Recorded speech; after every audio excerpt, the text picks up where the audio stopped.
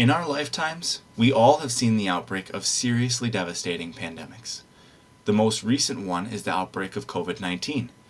This viral pandemic that shut down most of the world's infrastructure has led to some of the most significant social and political divides that we've ever seen from such a little bug. During the pandemic, many people questioned the legitimacy of wearing surgical masks, taking mandatory vaccines, and following other governmental limitations. When a topic is both divisive and has a high risk of danger, we have to look at all potentials in order to keep ourselves safe and to defend the position that we take.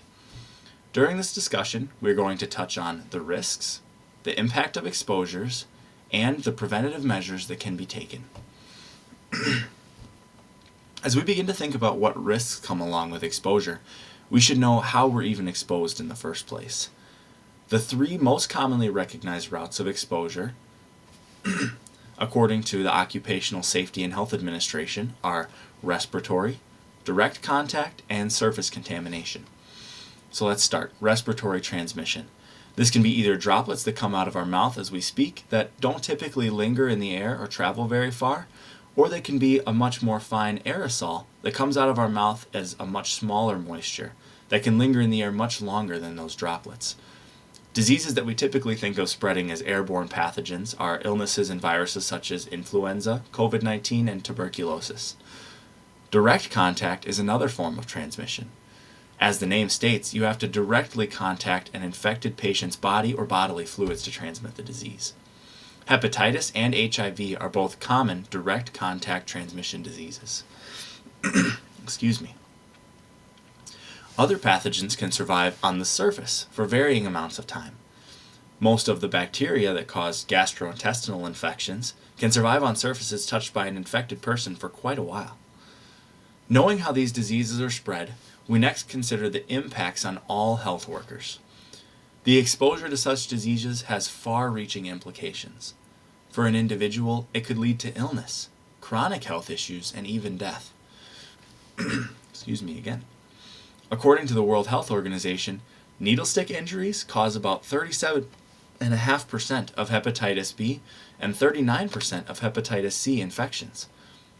PPE, designed to protect you, which we're going to discuss PPE in a little bit, but PPE such as N95 masks can cause respiratory issues. A study during the COVID-19 pandemic found that 81% of healthcare workers experienced headaches and 70% reported breathing difficulties after a prolonged use of an N95 mask. Different infectious diseases have killed millions of healthcare workers as well. During the Ebola outbreak in West Africa between 2014 and 2016, over 800 healthcare workers were infected and more than 500 died, according to the CDC. During the COVID-19 outbreak, the International Council of Nurses estimated that over 1.5 million healthcare workers were infected worldwide just by the end of 2020. It can also have a significant toll not only on physical health, but on mental health. Having a highly infectious environment could contribute to high stress, leading to burnout, anxiety, depression, and a whole list of other mental health conditions. Many healthcare workers who were employed during the COVID-19 pandemic still to this day experience severe stress and mental trauma.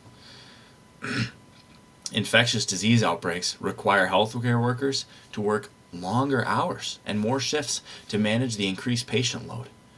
This disturbs work-life balance, which can strain relationships and mental health. The statistics and information highlight the severe physical risks healthcare workers face, underscoring the need for sturdy protective measures and systems. Now, there are lots of risks to be concerned about, but if you only consider the risks, you can only be fearful and worried. That is why we must also examine different preventative measures, have a positive outlook, what we can do, something that we can all do to reduce risks. As I go through some of these precautions, some have recently been called into question as to their efficacy and legitimacy. I'm not personally endorsing any of these precautions as working with absolute certainty. Rather, I'm sharing these as common precautions that are taken that are shown to have at least some positive effect. The first being personal protective equipment, PPE. This can include the usage of masks, gloves, gowns, and eye protection. These are known as some of the most essential ways to prevent exposure. Next is vaccination. Vaccination is also a preventative measure that can be taken for diseases like influenza. As a healthcare worker, most facilities require that you be vaccinated to reduce the risk of outbreaks. Next, regular and thorough hand washing and hand sanitizing is known to be extremely effective. Maintaining a clean environment, reducing clutter, frequent disinfection of surfaces and medical equipment also reduces the risk of surface contamination. The physical risks faced by healthcare workers during the infectious disease outbreaks and day-to-day normal work are profound and legitimate.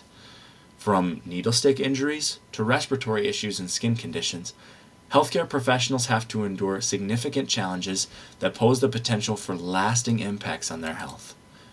Recent outbreaks such as the Ebola crisis and the COVID-19 pandemic show the need for enhanced protective measures and support systems for both physical and mental health. Recognizing and addressing these risks is a crucial step in ensuring the resilience and well-being of those who stand on the front lines of our healthcare system.